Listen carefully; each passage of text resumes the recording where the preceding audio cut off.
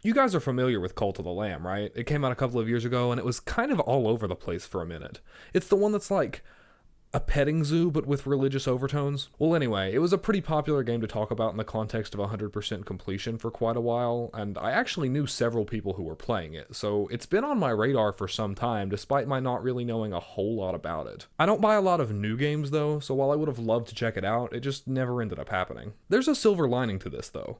Sure, a lot of people 100% completed the game at launch, but that was back in 2022.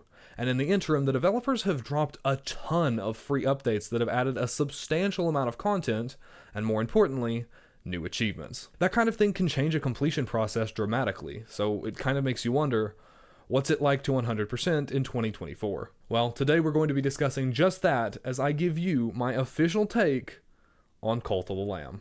Set in the lands of the Old Faith, Cult of the Lamb puts you in the shoes of a young lamb, the last of their kind, about to be sacrificed on the altar of the world's 4 ruling bishops. Moments after the executioner's blade makes contact, however, the lamb is brought before the enigmatic One Who Waits, an ancient god who has long been kept in shackles by its dissenters. In exchange for another chance at life, the One Who Waits bestows the lamb with its red crown, imbuing them, and by extension you, with its power, before tasking you with starting a cult in his name, slaughtering all 4 bishops of the Old Faith, and ultimately freeing him from his prison. In order to do this, you'll need to set up an encampment and attract followers in a bid to extend your reach and influence, before launching crusades to cleanse dissenters and gather resources. This essentially sets up the core gameplay loop of Cult of the Lamb. For the majority of the game, your time will be split between your cult, focusing on resource management and city building, and crusades, roguelite dungeon crawling focused primarily on combat. Right off the bat, I was a little surprised when I learned just how big a role the city building elements were going to play in this title. Going in, I didn't know much about the gameplay, really I was just expecting a roguelite, so thankfully you won't be left to figure things out on your own. As you begin your journey, you'll have the help of Ratau, a slightly worse for wear looking rat who previously wore the red crown. With his help, you'll be able to indoctrinate your first follower and begin to learn the ins and outs of cult management. This means manual labor, having to tear up stumps and large stones from around your encampment so you can begin to build basic amenities like a temple or somewhere to cook food. As it turns out, running a cult is kind of a lot of work, and you'll actually need to play a pretty active role in the lives of your followers if you want things to operate smoothly. They're kind of freeloaders, actually. You'll need to cook for them, ensure they have a place to sleep, clean up after them, and deliver regular sermons to keep the faith of your group high. We're getting a little ahead of ourselves, though. Food, followers, resources, where do they all come from? Well, that's where the crusades come in. When you can finally find enough time to pry yourself away from your busy life as a single mom who works 2 jobs, you'll be heading out into the dreaded lands of the Old Faith for some good old-fashioned dungeon crawling. This means hacking and slashing your way, using a randomly selected weapon through a series of randomly selected rooms on a bloodthirsty conquest to purify non-believers and bring back much-needed supplies and members to your cult. These crusades are split between 4 different domains you'll enter 4 times each, with every crusade ending in a mini-boss fight before, at the end, you're finally able to take on the bishop who rules over that area. Cult of the Lamb should make a strong first impression with its visual style. Being a primarily top-down game, and a roguelite at that, one would almost expect that it would be using pixel art designs. It's like almost standard for the genre. This title breaks the mold then by using exclusively hand-drawn art. It looks amazing, and demonstrates a remarkable amount of flexibility in both tone and complexity. The Lamb and their followers are all adorable. The simple little chibi characters are distinct at a glance while remaining remarkably simple. At the same time though, they somehow manage to draw complex and intricately detailed designs for characters like the bishops, without it leading to any kind of clash with the style. It's endlessly impressive to me that they were able to run the gamut, depicting everything from fluffy animal friends to genuine eldritch horror without any of it ever feeling out of place in the world. I actually think this contrast between the warm and inviting and the cursed and damned is a huge part of this game's appeal. It's felt in everything from the visuals, to the writing, to even the gameplay, and as such, Cult of the Lamb oozes charm from every orifice. It probably doesn't hurt either that we're working with a killer soundtrack, with songs that are genuinely playlist worthy, both within your cult and especially during the Crusades. Okay, but what's it like to actually play? Well, in my opinion, delightful. Essentially, city building and crusading have a sort of a symbiotic relationship. During your expeditions, you gather resources and followers that you use to improve your cult, and back home, you use your followers to generate devotion, a powerful resource in the world of the game that can be used to greatly improve your strength and fighting prowess during crusades. For the most part, this works really well, but I won't lie, it can definitely be a little overwhelming at first. This title has a lot of skill trees, branching paths of upgrades you can unlock, but you kind of have to figure out the order on your own. Within an hour or two of booting up, you'll be presented with upgrade paths for your combat ability and for the buildings in your camp, but as you progress, you'll end up saddled with a myriad of different ways you can ultimately improve your capabilities. The good news is, figuring it out pays off. Let's take a look at the Crusades, for instance. When you journey out into the lands of the Old Faith, you'll be faced with all sorts of dastardly beasties and environmental traps intent on taking you down. Thankfully, you'll be equipped with your trusty weapon, but not necessarily of choice. Being a roguelite, almost everything about the Crusades is left to RNG. When you set out on a new mission, you'll be presented with either a sword, a dagger, an axe, a hammer, or my personal favorite, the blunderbuss, which is basically an old-timey musket. All of these weapons have pros and cons, naturally, but all of them have a reason to exist, especially once you unlock the upgrade that allows you to use heavy attacks. The sword is a decent all-rounder, nothing to write home about, but it'll get the job done. The dagger has a much shorter range, but its heavy attack is great against bosses and can devastate groups of enemies. The axe swings much more slowly, but you can throw it like a freaking boomerang, which makes it a top tier pick, and the blunderbuss is just awesome and useful all the time. But it definitely has a bit of a learning curve, not really a pick up and use immediately type weapon. Honestly, the only tool I really didn't care for is the hammer. It's just way too slow to keep up with enemies in certain areas, and its heavy attack is like, actually useless. What you'd rather be using will probably end up depending a lot on which area you're in as well though. The blunderbuss, for example, might be preferable in Anger Deep, where you'll be dealing with a lot of smaller enemies that you want to keep your distance from, whereas the axe may end up being much more appreciated in the Silk Cradle, an area where you'll definitely want the power to dispatch enemies quickly, but from slightly closer up. Honestly, the theming of the biomes you'll travel through is done impeccably. Everything from the resources you'll gather to the types of enemies you'll face is catered to each area, and I really appreciate that each stage kind of forces you to adapt to a new playstyle if you want to be successful. As you move between domains, the enemies don't just become stronger, they behave differently, which, for one, keeps the game feeling fresh, but it's also just abundantly clear that a lot of thought was put into how this would interact with both your movement and the weapons. Not every room is a combat room though. For one, you'll occasionally stumble on rooms with NPCs, most notably this delightful little storefront where you can receive Terra cards, which give you some kind of special power or stat boost for the rest of your run. Additionally though, as you make your way towards the boss, you'll kind of be able to choose your own path from a variety of different corridors. Some of these paths will include things like free resources or more shops where you can buy like all kinds of stuff. This is cool because not only does it add more variety, but despite the fact that it's just like a normal mechanic, it also lets you feel like you're kind of gaming the system occasionally by getting out of some combat. Eventually you'll make your way to the end and be presented with either a mini-boss or, on your fourth run through, a proper encounter with a bishop. These fights are pretty well done. They're definitely not pushovers, but nothing you should be too concerned about. And it's once again worth pointing out that the designs exhibited here are just exquisite, truly masterclass. If you do end up dying, it's really no big deal though. You're just sent back to your cult with only 70% of the resources you gather. Time keeps progressing while you're away from your cult, by the way, so I hope you made sure they had everything they needed before you left. Thankfully, in order to help with this, you can assign followers to carry out a certain job. You can't be expected to do it all yourself now, can you? When you're first getting started, this will be really simple stuff, like breaking rocks or building, but as you generate more devotion, you'll be able to upgrade various buildings and amenities to make them more follower-friendly, and before you know it, they'll be cooking, cleaning up after themselves, and putting in long hours at the mine. If this isn't good enough for you though, you can also use commandment stones, which you get fragments of when a follower levels up, to declare new doctrine that will modify how your cult members behave, usually in your favor. And if even this isn't good enough for you, you can unlock rituals that can be performed in exchange for a temporary buff. Finding the correct balance between cult rearing and crusading can definitely be a little tricky, especially when you're first starting out. I'd be lying if I didn't tell you to expect a panic moment when you first come back from a mission to find one of your followers dissenting or like dead. The hygiene level is awful, everybody's starving, nobody's prayed in 3 days, it's a total mess. And knowing which upgrades are going to help you out the most isn't always a given. Pretty quickly though, you'll start to get it figured out, and once you do, spending time at camp can kind of be an addicting reward loop. Honestly, my biggest complaint is just that it seems to take a really long time to unlock autonomous farming. You have to plant seeds by hand for like most of the game, but it's fine, we'll be okay. As the story progresses, so too does the size of your cult, and your methods of interacting with them. For example, later on you'll unlock a new type of currency called Sin, and with it, a whole slew of ways to spend it and generate it in your followers. At this point I feel like it's worth noting that Cult of the Lamb has 4 difficulty settings, ranging from easy to very hard. Since there aren't any achievements or unlockables tied to difficulty, I did what I typically do in these scenarios and split the difference, so to speak, so I did the entirety of my playthrough on hard mode, and at this level, I wouldn't consider this to be a particularly challenging game. I do want to point out though, just how remarkably thorough these difficulty options are. Not only does increasing them increase the challenge level during Crusades, but it actually increases the needs of your cult as well, making them eat more, lose faith faster, and all sorts of similar tweaks. It's super comprehensive, and at this level at least, I felt like there was a really good skill curve. I rarely struggled too much with an area, but it would often take a new upgrade to my arsenal before I would actually make the final push all the way through.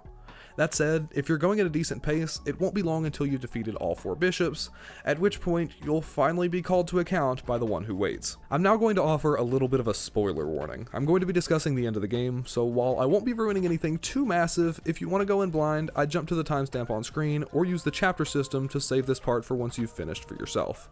Alright? So for starters, if you want to gain entry to the final area, you're going to need to have and maintain at least 20 followers for a pretty extended period of time.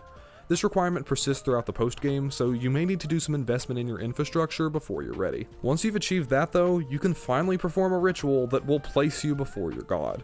At this point, the one who waits expects you to return the red crown and relinquish your life in order to set him free.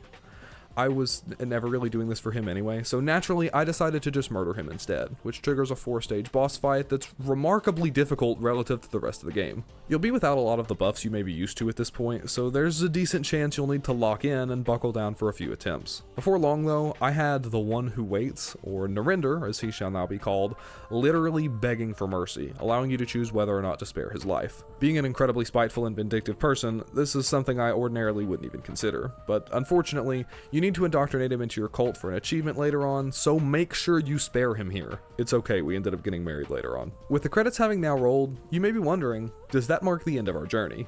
And oh no, my reign of terror is only just now beginning.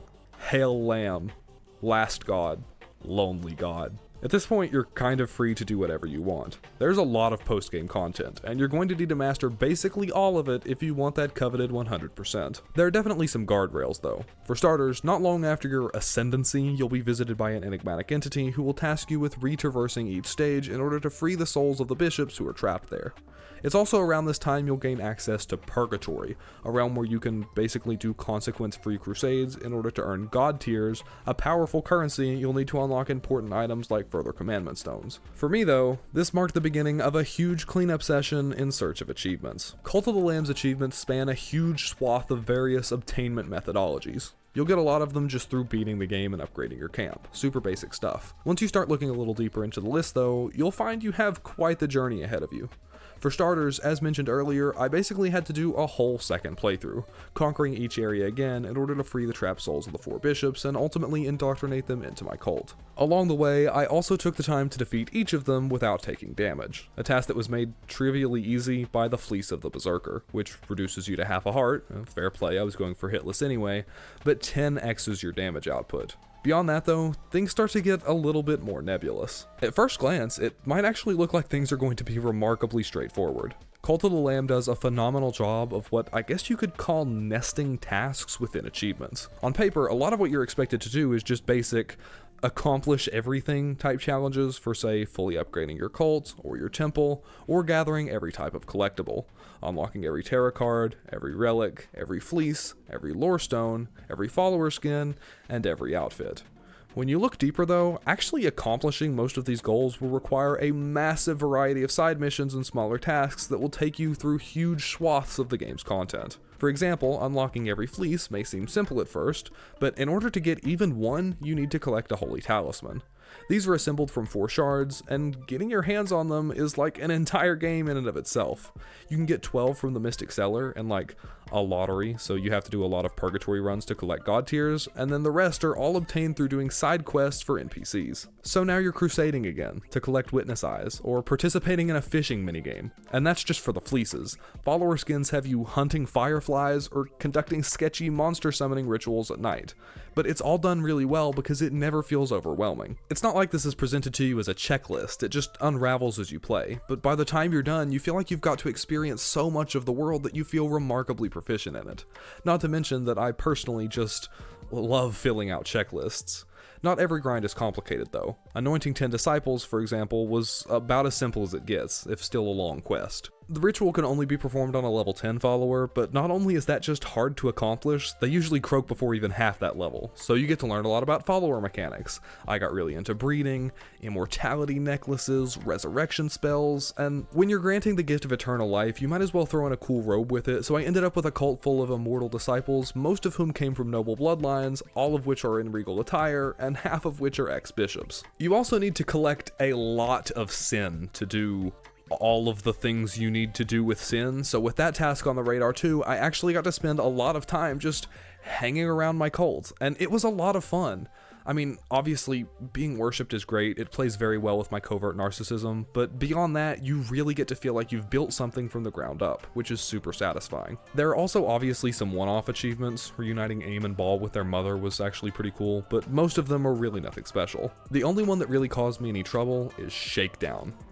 You see, during the post-game, you'll run into a handful of scripted encounters with this greedy starfish character named after the guy from Fortnite, and he'll shake you down for progressively larger amounts of money. When you finally encounter him for the last time, you'll get an opportunity to basically beat him to a pulp and get some of your money back, and this corresponds to an achievement. The problem is, there's not really any indication that you can do this, and more importantly, as far as I can tell, this achievement is missable. The room will only appear one time, and if you leave it without realizing what you're supposed to do, you're just screwed. There's no way to get it to reappear again.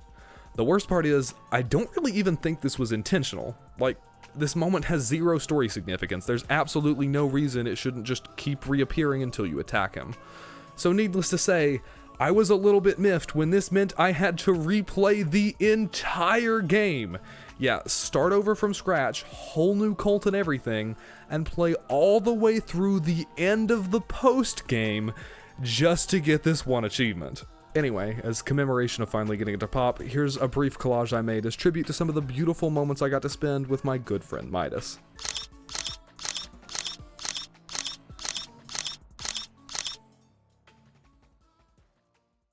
Luckily, this was the last thing I had to do, but it also made me just a little bit paranoid. Like, I definitely feel like there's a chance now that this isn't the only missable achievement, and I just got lucky that this was all I had to redo. So if you're thinking about completing this one for yourself, just be mindful of that. And I do think you should complete this one for yourself. Look, if it isn't clear already, I think Cult of the Lamb is a phenomenal game, and a hugely rewarding title to 100% complete. If you haven't already, now is a great time to jump in. Despite having released a couple of years ago, the hype around this game is still pretty big, and I'm super into it. I'm probably gonna buy some merch, and it's still receiving regular content updates.